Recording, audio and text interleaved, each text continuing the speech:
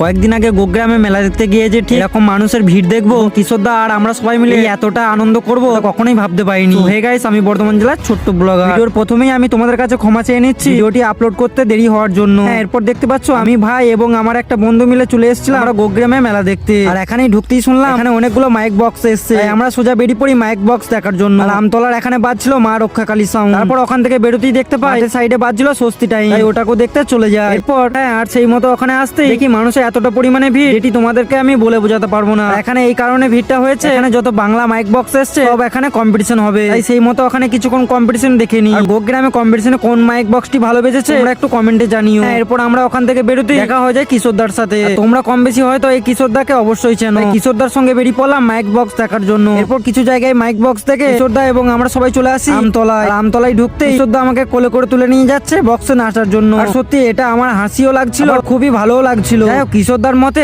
সবাই মিলে একটু নেচে আনন্দ করে নিই। তারই মধ্যে আমার কিছু ভালোবাসা মানুষদের সঙ্গে দেখা হয়ে যায়। এরপর ওখানে কিছুক্ষণ নেচে আমরা চলে আসি মা তারা মাইকের কাছে। আর এখানেও আমার কিছু ভালোবাসা মানুষের সঙ্গে দেখা হয়ে যায়, ওদের সঙ্গেও একটু নেচে আনন্দ করে নিই। তারই মধ্যে ঘাটে দেখি মা সরস্বতী মাকে বিসর্জন করা হচ্ছে। ওখানে বিসর্জন দেখে আমরা চলে আসি মেলাতলা। আর এখানেও কিছু আমার ভালোবাসা মানুষের সঙ্গে দেখা হয়ে যায়। তারপর মেলাতলায় কিছুক্ষণ মেলা দেখে পুরি বাড়ি যাওয়ার জন্য। তোমরা কারা এই গোগ্রামে মেলা দেখতে এসেছিলে অবশ্যই কমেন্ট করে জানিও।